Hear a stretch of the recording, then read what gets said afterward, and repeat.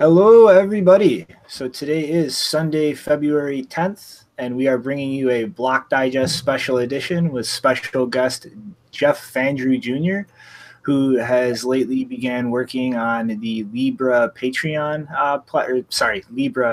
platform to replace Patreon in lieu of all of the deplatforming and censorship issues revolving around different content creators' content on that platform. So how are you doing today, Jeff? It's great to be here.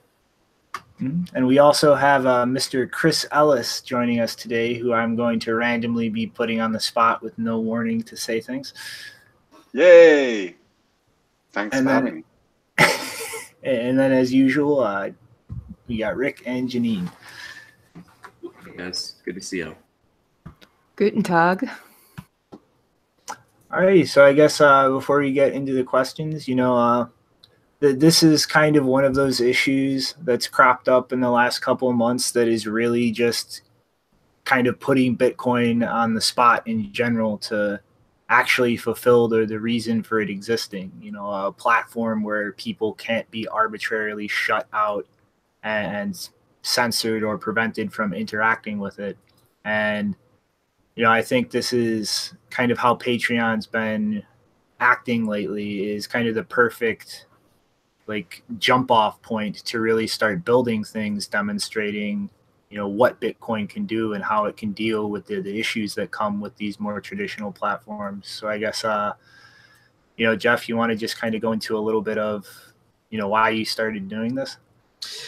Sure. So, I've always been a huge proponent of free speech, and the coming of sort of, this is going to sound like a trite term, but the internet age, let's say, right? The 90s and going forward has been simultaneously been an amazing and terrible thing for free speech, because in the beginning, it opened up a whole new world of viewpoints and perspectives, because before the internet, we were in a situation where you had a very small group of very large corporate media companies that controlled the narrative. And that's the only range of opinions you were exposed to, were the opinions you saw in your local newspaper or on the few networks you got on TV.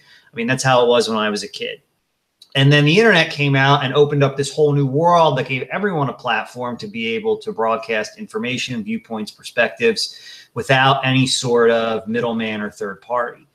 But what we've seen recently is sort of a boomerang effect. As these larger companies that were previously controlling the narrative have had their bottom lines hurt or just their influence and power reduced, they've really started to take action against those who hold contrary viewpoints, contrary opinions.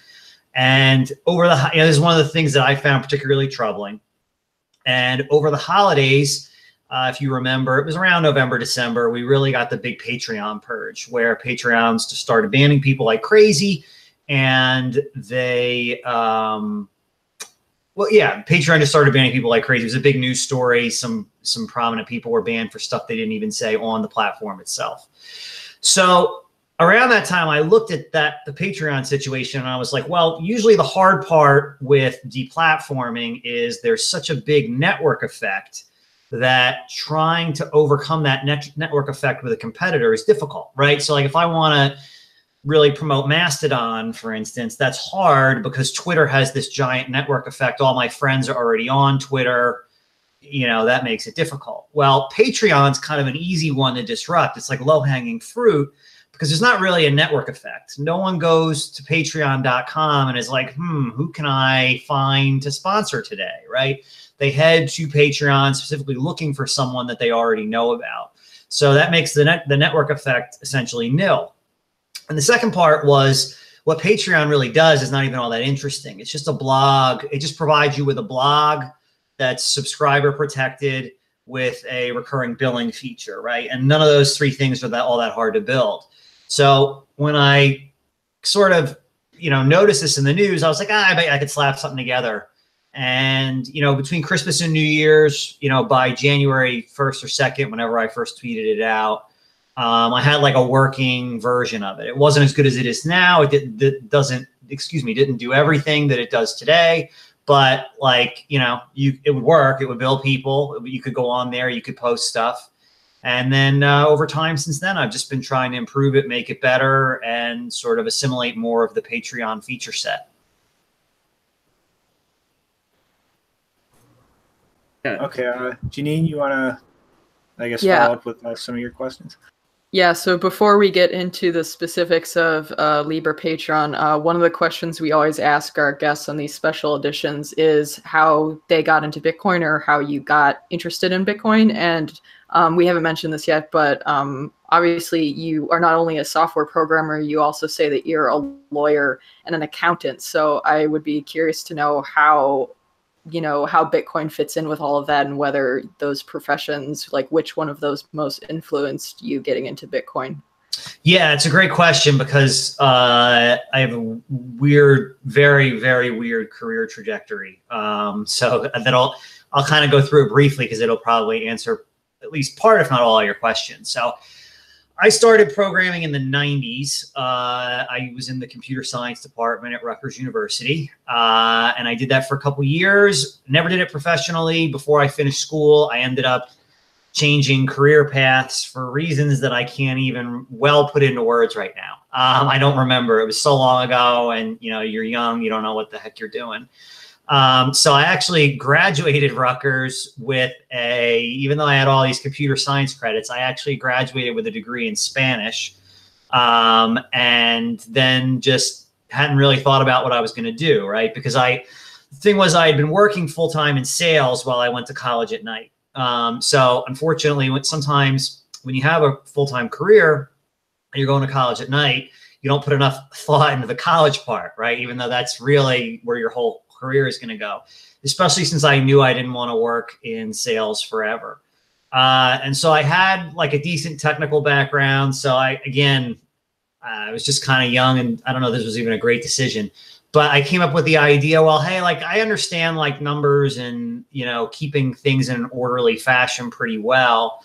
And so I kind of looked into becoming a CPA. And at the same time, I decided, well, you can really get a lot more respect and make a lot more money in that profession if you're an attorney and a CPA. So it's sort of like being a tax lawyer. You're a dual licensed professional.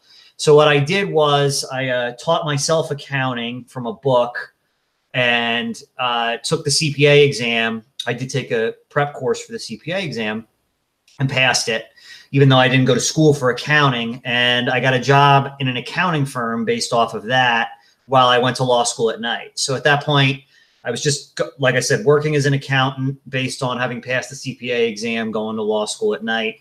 I ended up becoming licensed as both an attorney and a CPA, and opened up my own firm as soon as I got both licenses. So I've been working on my own for well over a decade now. And one of the things I had been interested in along that whole time was the concept of sound money, right? That was something that always appealed to me long before Bitcoin.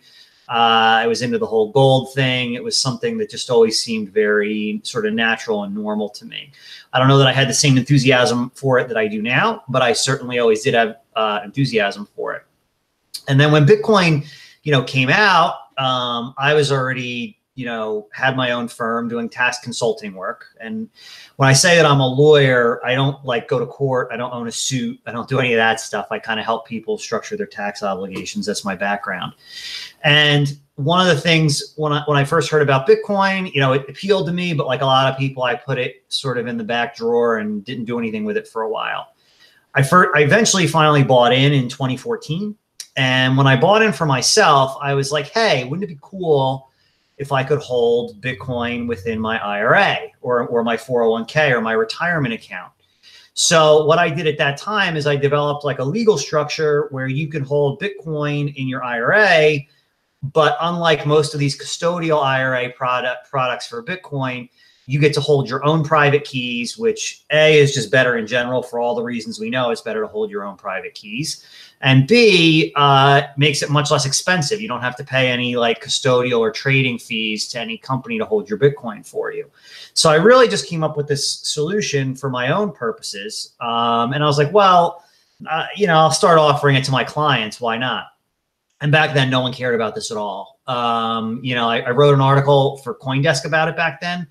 And some other Bitcoin tax issues. And like actually people like attacked me about it saying, you don't have to pay taxes on Bitcoin. And, you know, all this sort of stuff. So no one cared about that for years. I probably only had a few clients for several years in that particular aspect of my practice, the Bitcoin part. And then in 2017, everything took off, right? You know, I had this structure for myself for years and done it for a few other people, but now suddenly a ton of people were interested in it, to the point where that is the bulk of my business, is putting people into, you know, IRAs where they can hold their own keys. And if anybody out there, I'll show my own stuff, is interested, reach out to me, and that's something I can help you do. At any rate, you know, I did that. And as Bitcoin became more and more of a part of my regular job, like if you want to say my day job, I never really lost interest in the technical side. And I always really wanted to understand that. And I thought I had a pretty good understanding for a non-programmer, but I decided I wanted to take that extra step and get back into programming. So my first step back into programming was Justin Moon's Biddle Bootcamp. So I jumped back into that. I really liked it. And from there, I realized this is something I wanted to do more of. So as soon as he always encourages someone to do something he always encourages the students to do something as like a final project, either their own open source project or contributing to another one. So I actually, again, another example of solving my own problem. One of the pieces of software I use in my day job all the time is QuickBooks Online. And QuickBooks Online very early on had a native integration with BitPay. So when you sent your customer an invoice, if you wanted to accept Bitcoin, they would take BitPay. So I had been using that for years. And then when BTC Pay Server came out, that was obviously a much better solution. So I wanted to have the same integration that I had with QuickBooks through BitPay with BTC Pay. So what I did as my project for Justin's Biddle Bootcamp is I made a plugin for QuickBooks Online to BTC Pay Server. So I put it together and I just kind of tweeted it out there. And, you know, I didn't know if anybody would be interested or whatever. And I kind of lucked out, and that like Nicholas Dorier picked up on it and like messaged me and said, hey, like, if you can Dockerize this, we can make it part of our install process, like as like an officially supported plugin type thing. So I was real psyched about that, and that's what I did. And that was my first open source project where I was the actual developer and maintainer. And then from there, you know, I moved on and now also, developed the LibrePatron project. So long rambling explanation there, but that's your answer. Great. Yeah, thank you. That actually answered a lot of other questions that I had. So, I mean, the general, like one of the topics is going to be, you know, later about what are the benefits of using LibrePatron over Patreon in terms of free speech issues and censorship resistant money. But this will kind of segue into the kind of questions that Shinobi will ask, which is, I want to know, do you have a rough idea of how many people are using it already? And do you think that, is this something that mostly Bitcoin, like the so-called Bitcoin OGs will use? Or do you anticipate that people who may be beginners to Bitcoin or a lot of the stuff around Bitcoin might be able to use this? Yeah, that's a great question, and I have like a kind of like a two-part answer to that. I guess the first part, I don't know how exactly how many people are using it, the nature of a decentralized project, right? So I only know when someone reaches out to me and says, hey, I'm having a problem, can you help me with this? Like we have a Slack group. So unless they reach out on Slack, either requesting a feature or asking about a problem, like an issue or a bug or whatever the case, I don't 100% know. What I can say, based on like the people that I've had reach out to me so far, there are definitely some people who are very technically minded that, you know, just kind of breezed right through setting it up. And then there are some other people, I wouldn't say they're like completely technical noobs or anything like that, but, you know, definitely not programmers. And they were able to do it with the one-click Luna node setup. Sometimes they had some questions or whatever the case might be, but they were able to do it. The reference point is basically this. It is as easy to set up as BTC Pay is to set up, because one of the things Nicholas very generously let me do was integrate it into the BTC Pay installer. So if you're able to install and run BTC Pay, you are able to install and run LibrePatron. It's just an extra little option that you tick off, and it installs right alongside next to it, and even updates with it and everything. So that's the sort of the reference point. If you could do BTC Pay, you can do this. My hope is that, like, over time, it will become like WordPress, right? So if you remember, like, back to the early 2000s, there were all these proprietary blogging platforms, like Blogger was the big one. Google eventually bought that, and there were a bunch of other ones. And they all basically just disappeared because WordPress came out, and it was this really great piece of open source software that you could host it yourself, or if you were less technically minded, there were a million other companies out there that were willing to do managed hosting for you.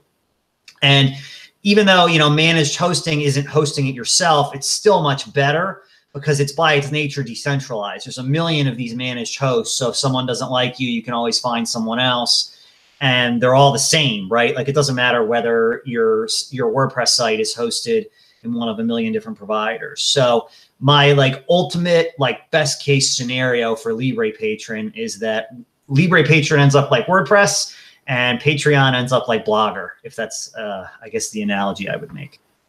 Cool. And the part where you brought up that you actually had a degree in Spanish, that actually stimulated a question similar to this, which is one of the topics we've talked about a lot on Block Digest is about the issues with the Brave browser and the BAT token. I don't know how familiar you are with that, but one of the issues I see is that because they use a custodial wallet for their token, and that custodial wallet carries conditions that it's only available in certain countries, mostly North America, Europe, things like that, where a lot of these custodial services are operating, that obviously locks out a lot of other, like, entire continents of people, including, like, huge populations of people who right now are actually more enthusiastic and interested about learning how to use this technology than I see a lot of people in the United States and Europe most of the time,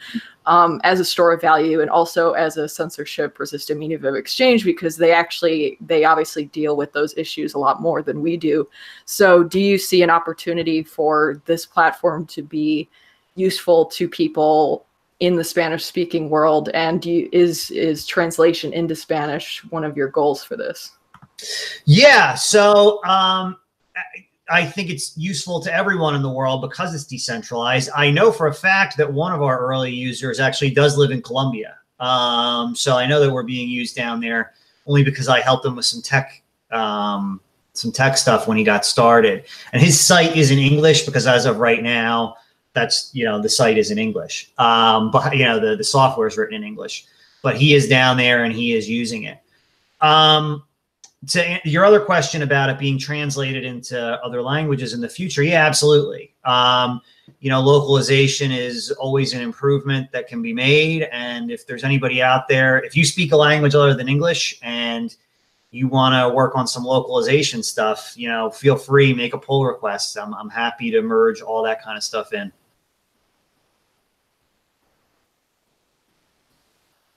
All right, sorry, got distracted by the giant sea of windows I have open. All right, so most of my questions are going to be more about, like, the long-term technical roadmap, and then Sure. Like a lot of the issues that might crop up there. So I guess first question is BTC Pay Server obviously has Lightning Network integration. So are there any plans you have as far as integrating or using that with LibrePatron going forward? LibrePatron already takes Lightning through BTC Pay Server. So as long as the BTC Pay Server with which you have paired LibrePatron is set up for Lightning, which is just if you use the one-click installer, it's just an extra box to tick to have Lightning set up. And well, obviously you have to find your channels and stuff. But yeah, so we already accept Lightning. In fact, one of LibrePatron's first bugs was that the Lightning payments would actually, this has been since fixed, but was the Lightning payments would confirm so quickly, the software couldn't process the subscriptions correctly. Yeah, so people were paying with Lightning. Like one of my first users had like a guy pay with Lightning and then he got locked out of his account because it didn't actually even pick up the payment confirmation. So yes, to answer your question, we're already there. Awesome. So I guess that kind of goes into some of the long-term issues as far as like the scaling of this platform, given that the design and architecture is pretty much like each individual content creator would be running their own instance. Right. I kind of see like two issues going forward, depending on whether you're using it on chain or through Lightning. Mm-hmm. And regarding on chain, I mean, obviously, like in the long term, it's not real sustainable for everybody to be transacting on chain. And as far as like collecting a large amount of small payments, I mean, you start running into kind of the dust issue of having to pay the output condensing cost, right, when you're collecting a lot of small payments. And then as far as Lightning, and like this issue, I isn't really specific to LibrePatron. This is kind of more of a general issue with Lightning going forward. But as like new things start to pick up, you're going to run into the issue of the upfront liquidity required on somebody else's part to actually route a payment to somebody trying to receive it. And one of the issues I see with that is, without kind of already having some data to look at in terms of like how many people are trying to get to this person, people who would put up that liquidity don't really have the information to kind of assess where they would want to put it. And so really the only solution I see is to kind of start off with like the typical kind of payment processor model, where you have like one entity collecting payments for a large group of people, like the async strike API. And then the more that's used, you kind of get more individual data about like a specific merchant or creator, and like how much liquidity it would be worth to allocate specifically to them. And so I'm just kind of wondering, like, long term, like, do you have any kind of plans, or like how are you going to try and like deal with these issues? Yeah, so I mean, regarding the on-chain issues, that's just going to be a matter of time, right? So for right now, obviously, on-chain payments for payments of this size are still economical, but as you mentioned, that's eventually going to change, right? And when that changes, things are going to migrate to Lightning. So that's just more of a, I think we have a roadmap for how we're going to migrate in terms of that issue. You know what I mean? The on-chain payments are going to continue for so long as they're affordable, and then once they're not, or economically feasible, I should say, and once they're not, we're just going to be migrating towards Lightning, right? And that's why I have both of those options enabled. In terms of the Lightning, I guess, liquidity issues that you mentioned, right now, like I said, the platform relies on a BTC Pay backend. So we handle Lightning in the same way that BTC Pay does, which is it's a completely self-hosted solution. Ultimately, I think in terms of inbound liquidity, what you're going to see are services pop. Well, you already see this with I believe it's called Thor service. I think it's Bitrefill that offers it, where you can actually buy inbound liquidity from larger providers, right? And I think we're going to see more and more of that. Right now, that's still a little bit, I mean, I don't want to say overpriced, because, if you're the first guy offering a service, obviously you have a right to charge more. But right now it's a little expensive. But I think what we're going to see over time is there's going to be, once on-chain fees go up to the point where Lightning payments are not made for hobby purposes, but for actual economic necessity. Because Lightning's great, but right now there's no economic reason that you have to make a Lightning payment, right? Because an on-chain payment is so cheap right now at this moment. That's going to change, and that's why it's good that we're building on Lightning right now. But my point is, once we have that economic necessity to accept Lightning, I think a lot more of these inbound liquidity providers are going to pop up. On Friday night, I was actually speaking to someone. I can't give you any details because it's not public information, who actually wants to release almost like a matchmaking service where anybody that's offering inbound liquidity will be able to like post their rates right up on a marketplace.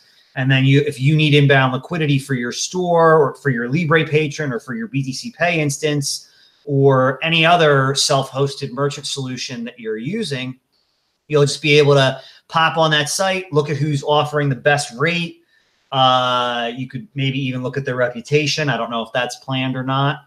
And not that that necessarily matters. It's trustless, but I just mean reputation in terms of, you know, how fast they are with opening channels. Is it instantaneous? You know, things of that nature. And then you'll just be able to choose a provider and purchase your inbound liquidity and go from there. That would be my hope as to how this all works out. Okay. I mean, yeah, I think that's like a good plan on like part of the front going forward, but I still see an issue with like exclusively relying on that kind of model as having like kind of a dynamic that's going to create frictions or barriers to entry. I mean, like, you know, you said with this matchmaking service, like I don't see something like that playing out any other way except like if you have less volume or people who would move things through you, then people like that are probably going to wind up paying more for inbound liquidity than others, because that tied up liquidity has kind of a less of a guarantee of actually making routing fees or a return on syncing that investment. And so like I know a lot of people don't like the idea of like payment processors or custodial things, but do you see like any reason it would make sense, or kind of any plans to look towards integrating things like the Strike API in tandem with things like that, so that there's kind of more options for like those new upstart creators where they're not getting hit with like those higher premiums and overall less profit when they start looking at their operating costs? Well, 2 points. One, you know, and just I want to just jump back to the idea of like a liquidity matchmaking service for a second. I think eventually that's going to be all automated. Like I use the idea of, you know, you have to go on and pick your liquidity. There are obviously at some point going to be algorithms that will you'll set your limits on what you want to pay for liquidity, and it'll sort of just do an automatic rebalancing for you. So I think that's ultimately where we're heading. To answer your question about, you know, would I be open to other solutions like the one that you mentioned? I'm open to wherever the market goes. So, you know, LibrePatron by its nature, I mean, just even if it got to be the size of Patreon, right, in the best case scenario, it's not going to be driving the fee market. It's just not, that's just not, you know, Patreon doesn't drive the credit card fee market, right? It's just not how it works. So it's one of those things where I'm going to keep an eye on the trends, and anything that makes sense for my users that, you know, doesn't corrupt, I guess, the basic mission of what we're trying to do, you know, I'm certainly willing to integrate.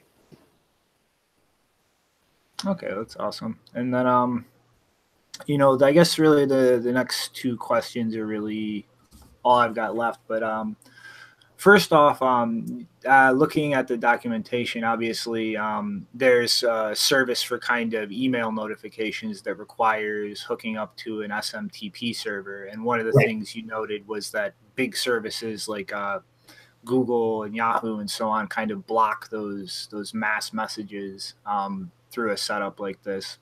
And I kind of wanted to ask, is like the whole idea behind that pretty much kind of getting people's attention on a regular basis to ensure that they keep making payments, because you can't really like pre-schedule payments in the way you could with credit cards? Yeah, so the email is used for two different things. Number one is the same thing that Patreon uses it for. So like if you post an update to Patreon, it also gets emailed to all your subscribers so that they know you posted a new update. They don't have to just constantly check back on your page, right? So that's number one.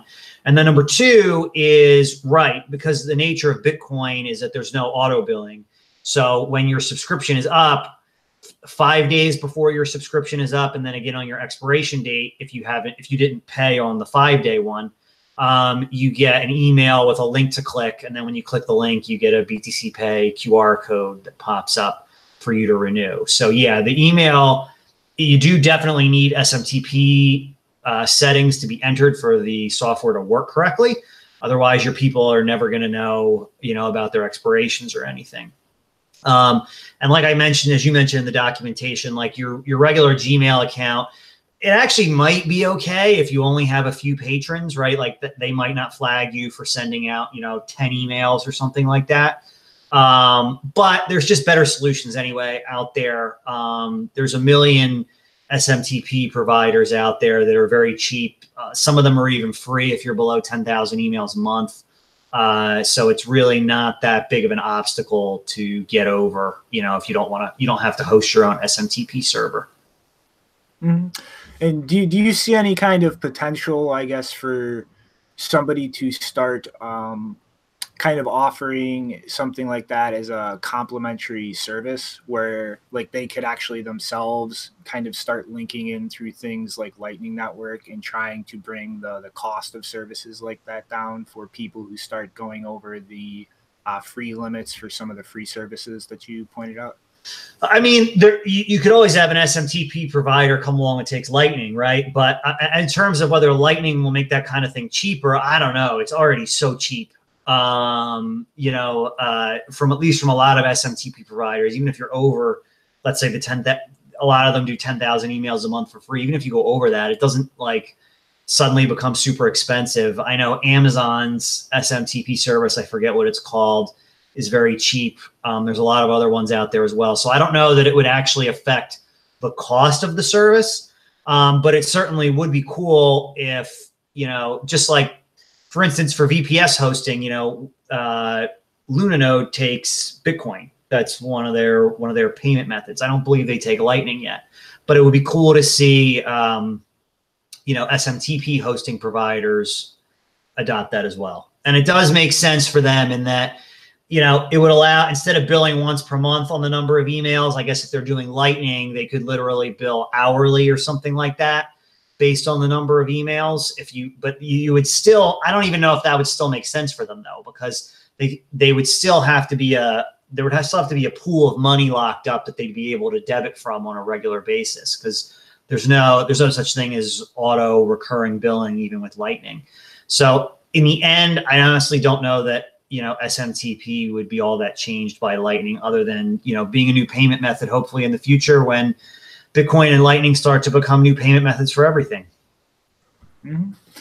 All right, I guess then my last question kind of on the technical front is like obviously kind of doing all this requires actually hosting a Bitcoin node and a BTC Pay server instance and a Lightning node if you're accepting Lightning payments. Right. So like I know there's a lot of cheap VPS instances out there, but do you foresee like the kind of cost of operating these things, even if it's very low, kind of introducing a floor of income that people would have to achieve to make sense to actually like run all of this infrastructure themselves? Well, if you use the BTC Pay one-click installer, that's integrated with Lunanode, okay, as your VPS provider. You don't have to use that, of course, but I'm just using this as an example.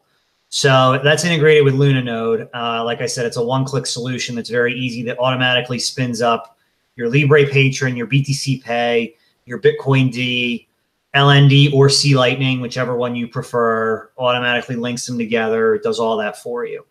That's Lunanode's $7 a month. So I don't know how much cheaper we're going to get than that. I mean, we're already reaching, you know, trivial levels of expense in terms of setting this up. So I think we're already there. Okay, and correct me if I'm wrong. I haven't really been following BTC Pay too much, but they do have the UTXO like drop-in sync, so that you don't have to pay for the actual syncing costs with. Yeah, so they have fast sync. That's called fast sync, right? If you want to do it that way, but I mean, just using Lunanode as an example, even without fast sync, I mean, your first month might cost you an extra couple bucks or something. It's not a huge deal, but yeah, that certainly is an option that they do offer. Okay, awesome. Well, I guess it's pretty much most of the technical questions. I think you had a lot of good answers for all that, and I think to kind of circle back a little bit, I mean, I think we should kind of talk a little bit about like the more kind of broad issues that you're kind of trying to address here, like you know, the freedom to actually speak and actually, you know, accept money from people who want to hear you speak. And I think, you know, like you said when we first got started, that's a very important thing to maintain.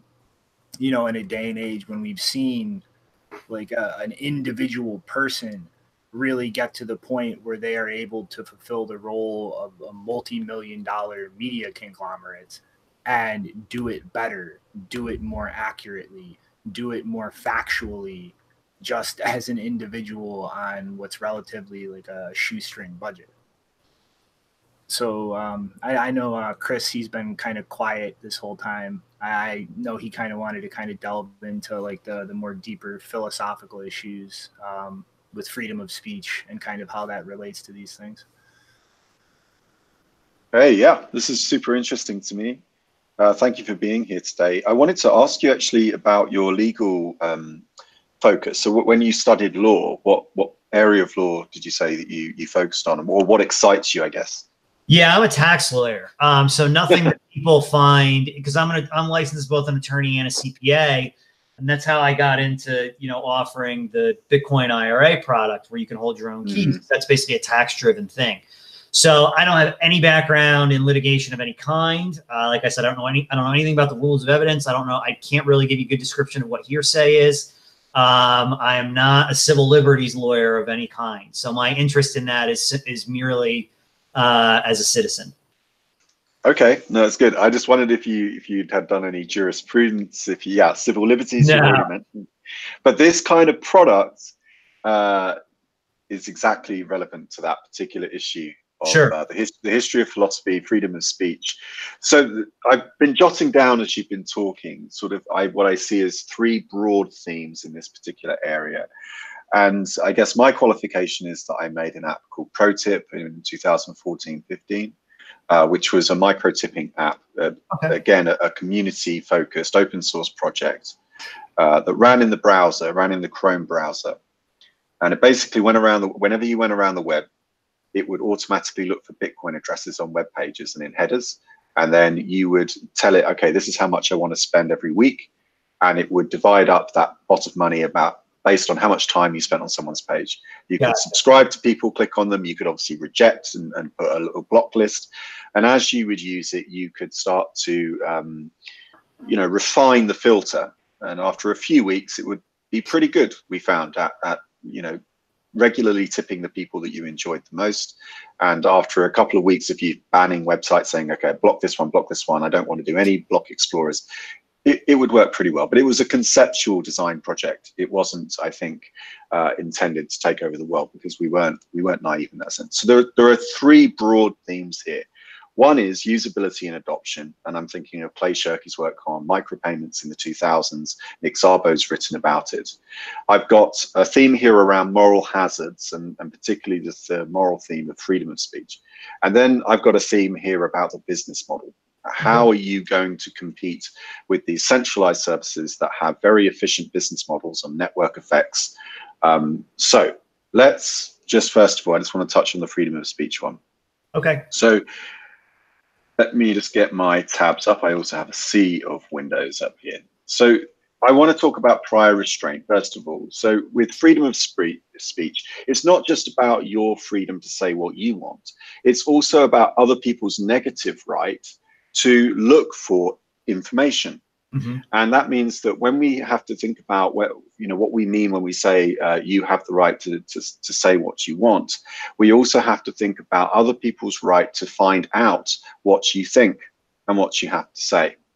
But what John Stuart Mill, the philosopher, 19th century philosopher, pointed out is that there can be something called the harm principle, which is that the example he used was with the corn traders or the corn dealers. Let me just see if I can look it up. I'm on the Stanford Plato website, and it's got a really good primer on this. So the corn dealers, if I express in print, Mill says, that I think that corn dealers starve the poor, he says that is perfectly acceptable. But if I am out in the streets and I incite a mob of people, and I say the corn dealers are, creating starvation and poverty, that is an example of harmful speech. And it seems to me, with this technology that we have, this kind of hyper technologization, is that we are both we're doing two things. One, we're removing prior restraint. Governments don't have the ability to do subject matter censorship where they can say all forms of this type of speech are banned. Because in this model, you're both anonymous in the form of using various technologies like Tor and so on to publish. And then you have the payment system, which can't be censored either. So there's no prior restraint involved. Anyone could just say whatever they want. And then the second facet you have is the enforcement. We can't then hunt down people that are going in front of mobs and saying all the corn dealers are causing starvation and poverty, and then find them and bring them to justice, which then interferes with my right to seek justice, right? So if I'm one of those corn dealers out in the streets and somebody incites an angry mob to come and bash me, it's very difficult with this technology that we're talking about to locate that person and bring them to justice.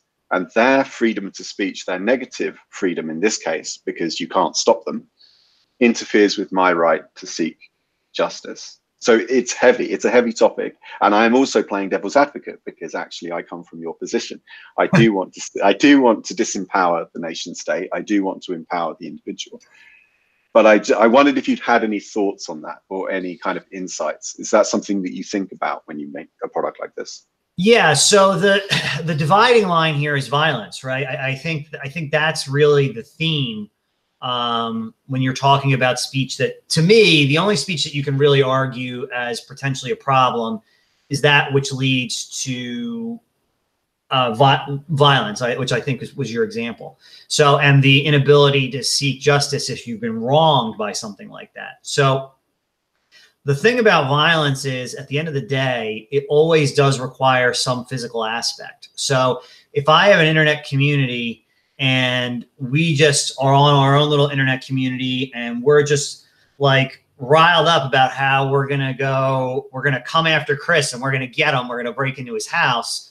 Well, Chris hasn't actually suffered anything until we actually break into his house and we do it. And at that point, you're no less anonymous than you were in the whatever century you were mentioning about corn dealers rioting in the streets. You've still got human beings physically present, and you've got still all the same challenges that you had back in those days in terms of identifying them if they're wearing masks or they overwhelm you or whatever the case might be. But there's not really a distinction there in the modern world, because in the end, for it to become a problem, for it to become violent, it first had to regress to that, the same way that violence happened 200 years ago with all the same challenges. Now, is it possible that one of the guys that actually planned this horrible thing, or Chris, we'll just keep picking on you, that planned this horrible thing against Chris, maybe he wasn't one of the guys that actually showed up and went to get him, right? He might not have been one of the guys, and then he escapes punishment. But that's not really any different than 200 years ago either, because we could have just had a secret meeting about how we're gonna, hit the streets and rile people up against the corn dealers, and that I don't show up. I'm just the agent provocateur, and then all those other guys still show up anyway. So I don't really see it as substantially different in that regard. Well, I mean, and again, I definitely side with you on this overall issue, but I feel compelled to play a little devil's advocate myself here. That dynamic of requiring a physical presence to cause harm or damage, I don't really think holds true in this day and age. I mean, somebody could hack Chris's computers and steal his Bitcoin or his wealth, or even if he's using some kind of legacy financial service, can hack into that service and financially damage him. Or even to the most extreme case nowadays is it's pretty much impossible to get a car that isn't computerized. And it would even be theoretically possible to hack Chris's car remotely and anonymously and run him off a cliff. So I don't think it's outside the realm of reason for acts of violence to be committed in a non-physical, but I guess my point is though, even if we didn't have platforms that supported free speech, people could still do that. I don't know that would be how much more frequent would that be, because people are able to voice their opinions openly. I mean, people would still be if I didn't like Chris, I don't need a platform to spout how much I hate him. If I have the ability to hack into his car and drive him off a cliff, I would just do that. Or if I'm going to go hire somebody, you know, to do that, I'm going to hire someone to do that, whether I have the ability to publicly talk about it or not. Yeah, that's right. Yeah. I just wanted to jump in because it clarified this point. So obviously financial harm to reputation, it's all possible on the internet. But you're quite right to point out that we have to object on the grounds of relevance in this case, because some of those things, as you point out, were already true. So this particular tool that we're building doesn't change that status quo, in my opinion. I'm agreeing with you. Well, I gotta do this, even though it is kind of stretching to the extreme here. But like assassination markets, like that is like something that is made possible by tools like this. That I do think alters this in a material way, where you combine the ability to directly incentivize a violent act, you know, in a way that can't be stopped, and combine that with the ability to actually carry out a violent or damaging act in a way that's anonymous and can't be stopped. Wait 1 sec. Can I preemptively jump in? How does this tool that we're talking about now optimize for assassination markets any more than, let's say, a Tor hidden service or just cash on the street and going to a gang and paying them to do it? Well, I'm just trying to speak more generally to like the issue of like Bitcoin as a tool and how this kind of blurs the lines in general between, you know, the delineation of freedom to speech, inciting violence, and being able to carry out that violence. Like it's that's, I think the key distinction though there is cash has the same ability. And if you want to, like, if I don't have a wife, so I can say this. If I wanted to kill my wife, right, do something horrible like that, like dealing with that on the internet would be like that doesn't even make sense. It would be so much easier, or on a free speech platform would be the silliest way to do that, right? Like, why would I want to give anyone a heads up about that? I would just go to hire a gang member to do it, as Chris mentioned, right? That's a much more efficient way to do it, and pay in cash. Or one, you know, however people have been doing that for hundreds of years. I don't think that platforms like this particularly make, for instance, assassinations easier. The only way that I could see, you know, this sort of platform making an assassination easier is if you crowdfunded like an assassination, right? Like it's somebody that a lot of people wanted to have killed could all get together and say, hey, pledge X dollars toward this assassination. And that would be a monumentally stupid way to go about assassinating someone, because that person's just been like completely tipped off as to the fact that they're in incredible danger. You would be, you know, risking the ire of a level of law enforcement that you wouldn't otherwise by just going and buying a street assassin in cash. So I can't see a situation where like a plat for an assassin or for someone who wants someone assassinated, any kind of like public speech platform would be beneficial. Also, now, I think we're also a bit underestimating that there are a lot of people, as we have seen in the last month or so, that they're willing to target people, not even necessarily violently, but just in terms of intimidation. They're willing to do that, and like at no cost whatsoever. They're just so intensely, they feel so intensely negative about someone, like we saw with this incident that you know, where Catholic boys or whatever. Yeah. There's that whole incident. Like, there's people on the internet that are willing to like get into groups and just intensely research, docs, you know, whatever a person, and you know, there's no money involved, but it's still going to happen regardless.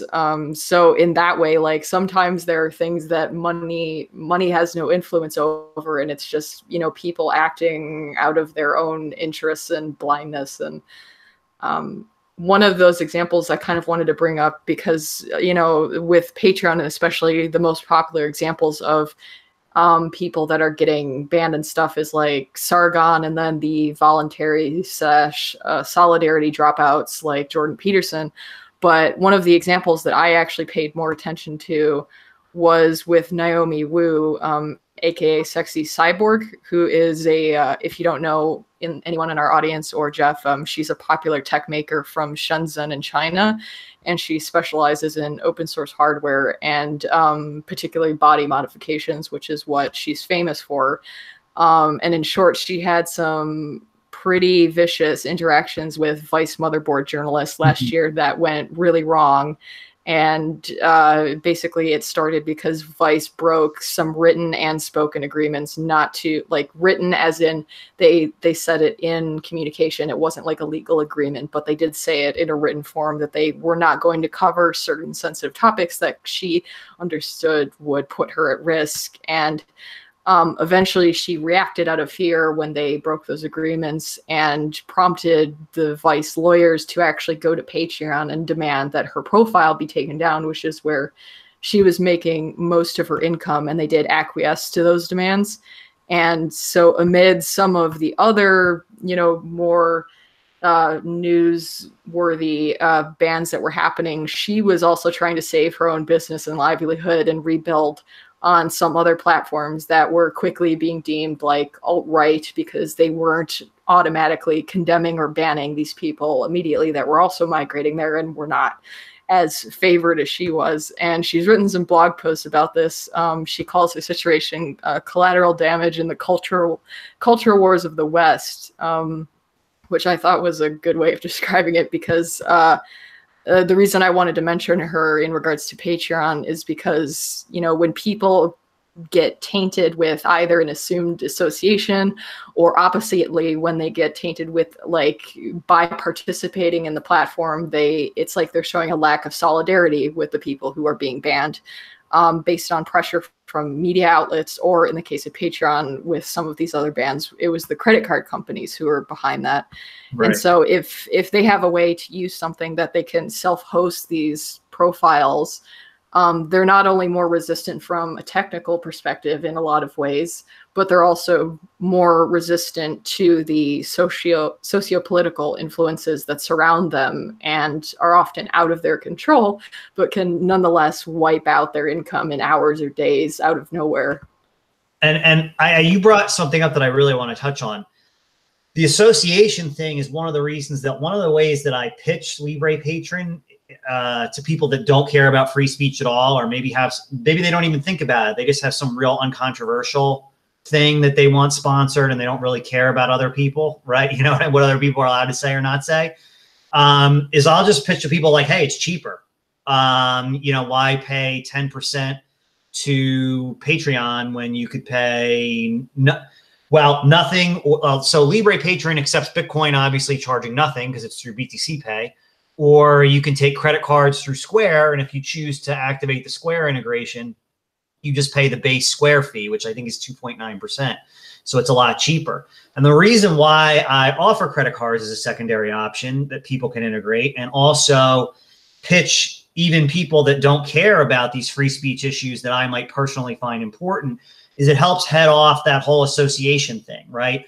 The more broader spectrum of people that are using something like this, whatever their reasons might be, the better it is for the cause of free speech on the whole, because it makes it harder to pigeonhole something as only being for one specific group of people. So maybe that's overly idealistic on my part, but that's part of why I made that design decision and part of why I pitch it the way that I do. Okay. I want to just bring us back then to what started us down this track, because these are really interesting concepts that we're discussing. So first of all, I want to address the points made in the chat about the neutrality of technology. This point gets labored a lot in this debate. I think it's fair to say that all technology has certain affordances. It affords certain behaviors, it incentivizes certain behaviors, and you cannot not be political as a product designer, as a product owner. When you're building these things, whether you like it or not, you are a political agent. And if you say you're not political, well, that's a very political thing to say. I think it's fair to say that the the main power of a lot of the technology that we've been seeing over the past few years, and I'm thinking about decentralized networking, I'm thinking about drone technology, I'm thinking about AI. The power behind it is the neutrality of it. The fact is, if you remove the human, this technology is incredibly neutral, and that neutrality is powerful. It's very, very, very strong. And when you're building it, you do have to think about what behavior it affords. What are you incentivizing? Jack Dorsey talked about this in his interview with Joe Rogan. I recommend you watch it. There's talk of them doing another follow-up session where perhaps more challenging questions are answered. And perhaps this is a good opportunity then to segue into the other theme that I brought up, which is the business model, the sustainability of something like this. So we're talking about a particular type of technology right now, which appeals to a niche group. And many businesses in Bitcoin like Trezor, and I look at all that different advertising models. I'm thinking of Casa with Jameson Lopp. They're not interested right now in appealing to the pragmatist market, even though it's arguable from a business point of view that Bitcoin has more viability in the emerging markets in the developing world than it does in a Western kind of mindset, right? So why do these companies choose to focus on the niche market? The reason is that they get more bang for marketing buck. In business, basically it's quantity times price. That's it. It's actually really very simple. You've got your cost of acquisition, which is your cost to acquire a customer. And then you have something called the lifetime value of the customer, which is roughly how much each customer makes you over the lifetime of that product.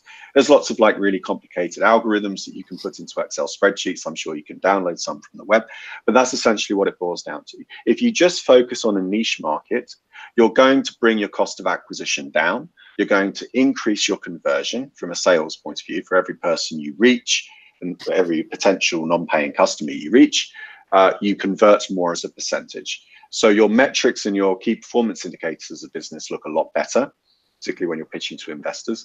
And anyway, you can always have on your roadmap that you will eventually get to the pragmatist market, like the larger audience segment. But right now, I think it's uncontroversial to say that the pragmatist market isn't going to pick up LibrePay, it's not going to pick up ProTip. It probably won't even pick up the Brave browser, which actually is relatively really good user experience and relatively easy to use. So we have to think about these products in a very limited scope. They're only really going to be appealing to a techno-savvy group.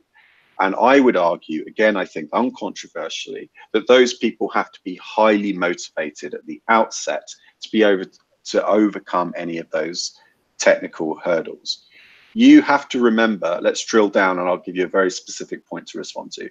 Patreon, that the main advantage that they had was all of the business development that went into its launch.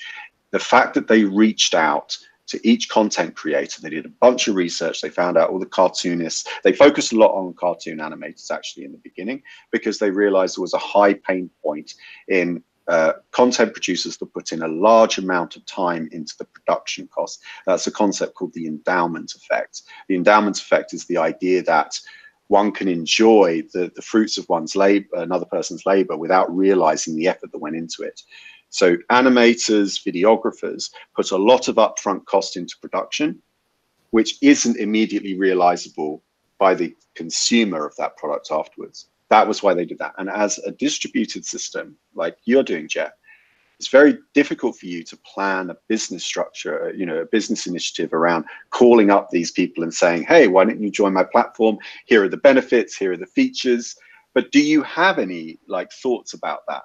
Do you wish to do that? Or do you just want to be completely neutral along with the technology and just say, well, whoever uses it, and I'll facilitate as much as I can with the coding? Yeah, I mean, my initial thought with regard to that was to start with Bitcoiners, because at the very beginning, I just need a base of people that are going to use it and tell me what sucks about it, right? Like that's like an important thing. So I thought Bitcoiners would be a good place to start, and that's why I started actively promoting to them. Like, I'm a Bitcoin maximalist. I have a lot of friends who are. Some of these guys have Patreons, so that was sort of a natural first market to get a feel for it. In terms of where we go from here, that's hard for me to say right now.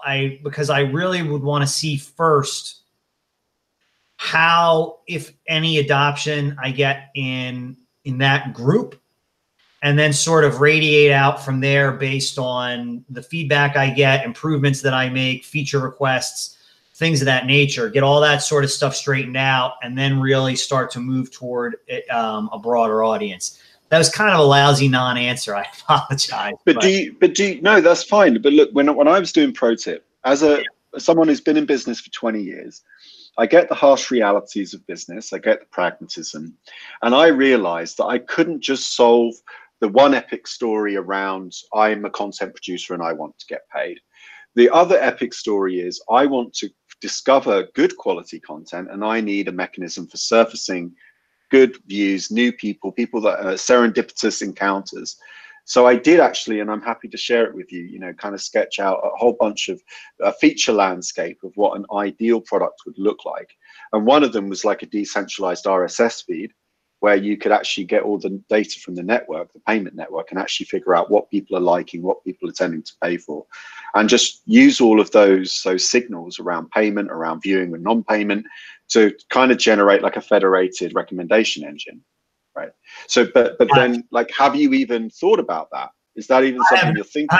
I have honestly have not, until you brought it up right now. No, that's not something I had thought of, only because, you know, perhaps very much, I mean, you've given me something to think about there, because, you know, my initial impression of it was, well, you know, Patreon is something where you hear about the person you want to sponsor from someone else because it's a monthly type thing. It's not like Jewel, like the Lightning extension for Jewel, where you might just go on a site here and there, find random stuff you want, and be able to make a series of one-time payments. Because it's a more subscription-based thing, you know, in my mind, it was something more like, oh, like, I listen to this guy on a podcast, I like him, I want to go sponsor him, I'm affirmatively going to go out and get him. Now, that's the way I had thought about it up until now. That does not at all mean the way I'm thinking about it is right. I honestly hadn't, until you just sort of spoke there right now, hadn't thought about your perspective sort of whatsoever. So I unfortunately don't have a great answer to that for you. Well, it's all open source, so you're welcome to it. And I'm happy to talk to you offline as well and go through it all. So I kind of wanted to jump in here and kind of circle back specifically to the business model a little bit. And like, honestly, I think really that the LibrePatron's model actually could very easily cut into just kind of the mass of this market, like the people who don't care about censorship resistant and freedom of speech. And I think what it really comes down to is like Patreon's business model itself is not really a sustainable thing at scale. We just saw, it was failing, right? Someone just published a really good analysis of that. I don't know if that's what you were going to refer to. Yeah, that's Junsys analysis. Is like, as of 28th of December 2018, they had $12 million in pledges for the year, and with 5% as their cut for processing, that's $7 million a year, with 303 employees. So that's like 25 grand a year per employee. And they raised $60 million in a C round funding to get a valuation of $450 million. So with $7 million a year and only like 5 million or so people, that's assuming that every individual user is pledging $80 a year, and they would need their revenue to be around 5 million to hit that valuation in 10 years. And in reality, the average donation for each user is like $2.40. So they would literally need more than the population of the United States to justify this valuation. And really, it's just like this whole business model is not really a sustainable thing run this way as a central company processing things and taking a cut. And then, like, to compound all of this, you look at the issues with like Sargon and Jordan Peterson and Dave Rubin. Like, it is a very much a Pareto distribution as far as the content creators on the platform and what percentage of the overall revenue that they're drawing in. And literally just two people leaving, Jordan Peterson and Dave Rubin, lost Patreon 10% of their revenue. And that's not even considering Sargon and all the people who left prior to Jordan and Dave making their planned exit. So when you really look at Patreon's business model versus something like LibrePatron, which is self-hosted, like we went over earlier with the technical issues, very, very low hosting costs. Like this kind of model with LibrePatron is very sustainable for each individual person, but trying to scale this into a central business is not. So I think like the more this Patreon situation starts tumbling, it is very possible for a model like this, especially with the fiat integration through Square, to really capture that whole market. Yeah, I appreciate that. And I feel that way as well. Obviously, or else I wouldn't have, done the project if I didn't think it had a future at all. But the other interesting point that I think jumps to mind based on what you said is there are like a million Patreon alternatives that sprung up in the wake of like the Patreon purge. Like LibrePatron's only one of them. I don't know if I know. There's the one that Jordan Peterson and Dave Rubin are slowly working on without much details. Right. And there's the Bitreon app, which if I remember correctly, is kind of a more centralized Patreon-like thing. That's what I was going to say. Most of the ones I've looked at, there's one, and I don't know if this is the Bitreon that you're talking about. There's one that's also called BitPatron that's like really new. But they're all they all suffer from the same problems that Patreon does in terms of business model that you brought up, because they're all really centralized. They're all, you just go on, create a login, post some stuff on your page. One of them, I don't want to trash talk any particular products, and I don't remember the exact name, but one of them actually said that it like, I don't know if they stole this tagline from me, or I don't know. I don't care. It doesn't matter. But it was like the decentralized alternative to Patreon. And then I went on their site and it used the word decentralized, but you created a login on their site. You posted all the stuff on their site and they took 4% of all of your earnings. So I didn't understand. And there was no other explanation of the word decentralized other than that word being in their tagline. So maybe they think it's decentralized because it involves Bitcoin. I don't know. But yeah, all the other ones that I've seen pop up in the wake of this have unfortunately been basically that same centralized model as Patreon. Just they say, you have to take their word for it that they're not going to start censoring people.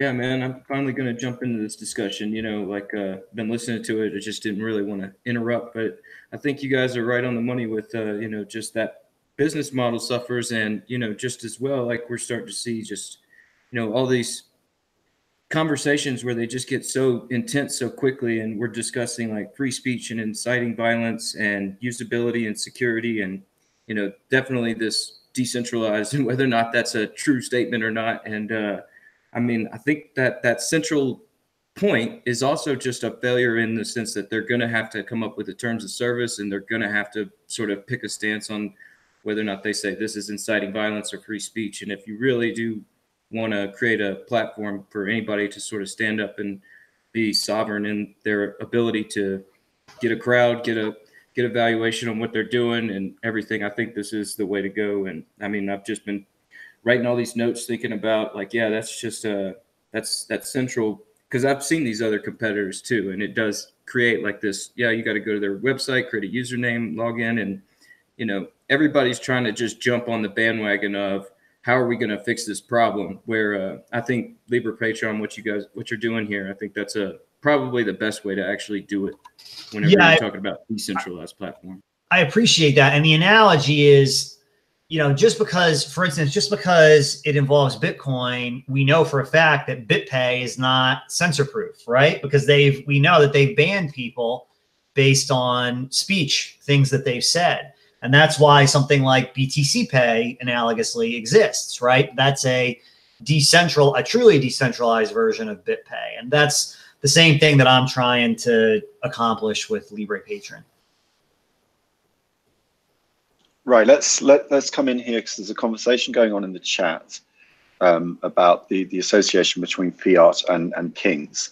And also I wanted to jump in on this point on censorship, and particularly the enforcement mechanism that's being applied currently with these payment processors. whereby what we are not seeing is a democratically elected government that is accountable to its voting public being used as the primary enforcement mechanism. What we're seeing are businesses applying enforcement and censoring people preemptively and also reactively based on certain business pressures, which are loosely correlated with political climate. So the reason why companies like Visa and particularly Patreon and PayPal, the reason why they don't want adult content isn't because, let's say, personally, the executives of those companies really have a disagreement with adult content. It's because of what it will do to their share price, which is loosely correlated with public perception, which is somewhat loosely correlated with who gets voted into office and what they think and how they apply the laws that exist and how they wish to seek to have the laws changed. So the problem with the current system is that we nudged our way into a form of technology that was centralized, hyper efficient. The whole theme of the internet was the freemium model, that you could access everything at the point, you know, there was no charge at the point of, what do they call that? When you actually go onto the internet, once you paid for your broadband, you go online, everything's free at the point of use. That's right. Everything's free at the point of use, except it wasn't really free longer term. There were like downstream costs that we were all going to have to pay for this technology. We entered into the World Wide Web with such euphoria and such optimism. We saw all the potential. It solved immediate needs. We didn't really stop to think, what are the downsides? So the punchline for me when thinking about the moral issues of this issue is, am I willing to live with the worst possible outcome of this technological approach? And I think the answer might have been at the beginning of the web that if we were willing to live with some of the darker aspects of government, the fascism, the censorship, the controlling aspect of a centralized authority, we may have hesitated before we pulled that trigger. Now, as a Bitcoiner, as someone who promotes the decentralized story, I have to be honest with myself and I have to say, look, the reason I'm jumping into this is because I'm reacting to a negative aspect of this other technology. And so I'm doing the same thing that everyone did with the web. I'm thinking about all the positive aspects of Bitcoin, but I'm not really challenging myself honestly about what might be the worst possible case scenario if this thing just goes and we ratchet and we can't go back once we've made that decision. How I think that segues into what someone calling themselves Max Kaiser and Shinobi are talking about in the chat is really the history of the word fiat, because it's quite correct that it was the monarchies of Europe, I believe, that brought in taxation. And the taxation oftentimes was brought in to fund wars. And now, of course, we have fiat, but there are benefits to fiat currency in that you have a central issue where it's really quick to form a consensus reality around what is valuable. So you get a lot of really big efficiency gains with one person, whether it's a monarch, which can easily have their head chopped off if we disagree with them, or if it's a democratically elected government, takes a bit longer to get rid of those guys. Okay, there's a bit more decentralized. Than when you have like Bitcoin, where Bitcoin just has to fight in the jungle for recognition, right? There's no central decree that just says, look, everyone just needs to find this valuable now. If you fall within these borders, then this is valuable. And everyone goes, great, well, there's a Schelling point. Now I know that a government has said it's valuable. I believe that other people will also find it valuable. So let's just all go in on the dollar, or let's all go in on the Swiss franc. You don't have that with Bitcoin. Bitcoin has to earn its stripes, and it has to kind of, you know, get adoption on its own. So I hope I kind of thematically addressed that point in the chat. And Shinobi, I don't know if you wanted to say something about the argument with Max. Mostly just a semantic argument about the literal meaning of the word versus like how it's actually used. But, you know, I kind of like with that, to generally talk about that word with Bitcoin is like, I kind of agree with Greg Maxwell, who years ago said that Bitcoin is fiat. It absolutely is. It is something that is valued because there is a decree that it has value. It's just the source of that decree, instead of some single authority, is the collective authority of everybody who chooses to engage with it. And I think that like when you start having these black and white like interpretations of words based on a single context instead of looking at its root meaning, you kind of miss the entire like spectrum of nuance as to the nature of different things. And I think, like, you know, like I said, Bitcoin is a form of fiat. It's just that decree is something we all collectively together decree, as opposed to one person like going, this is how it is. Yes. I would have a dissenting opinion on that, but I don't know if we want to draw that discussion out. Yeah, and we're going to get into the nuances of fiat philosophy forever. It's been a great discussion, honestly. Like, you know, yeah, I want to thank you again, Jeff, for coming on to talk to us about all this stuff and, you know, what you've been experiencing there. Yeah, it was awesome. I really appreciate you guys having me. Discussion was great. And, you know, especially the parts that challenged the way I was thinking, it was really cool. So yeah, I appreciate it very much. You know, it was real awesome having you on, man. And, you know, these kinds of, I think it's kind of nice because, like, the show we usually do is just kind of like covering the news and kind of rolling with like all of those issues, like as they go. And I think it's kind of nice to be able to just sit down and talk about one thing and like how issues relate to that one thing for like a whole show. It's like we actually get to plumb a lot deeper into things. You know what I mean? Mm-hmm. Yeah, y'all were pulling it so deep, I didn't want to touch in. It was a good conversation, honestly. Hey, you need to jump in more, Rick. But, you know, it was, again, great having you on, Jeff. And, you know, thanks for watching, everybody. Hopefully we can do a lot more of these special editions going forward. All right. Toodaloo, everybody. Later, everyone. Thanks a lot, everyone. No problem. Thanks, guys.